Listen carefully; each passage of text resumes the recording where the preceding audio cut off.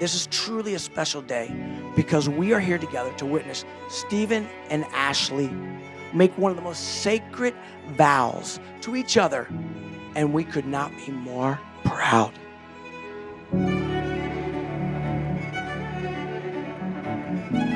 I have been waiting for this exact moment for what seems like my whole life. I have married you in my heart long before today. When I look at you, for a moment, I forget everything around us. I can't help but think how extraordinary you are. Your soul is old, your heart is big, and I feel so incredibly blessed that you are mine.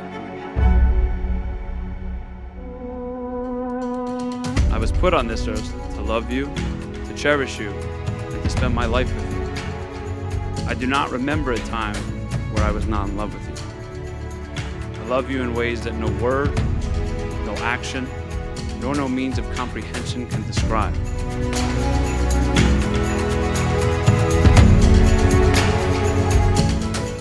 Stephen and Ashley, I pronounce you husband and wife. Stephen, you may kiss the bride.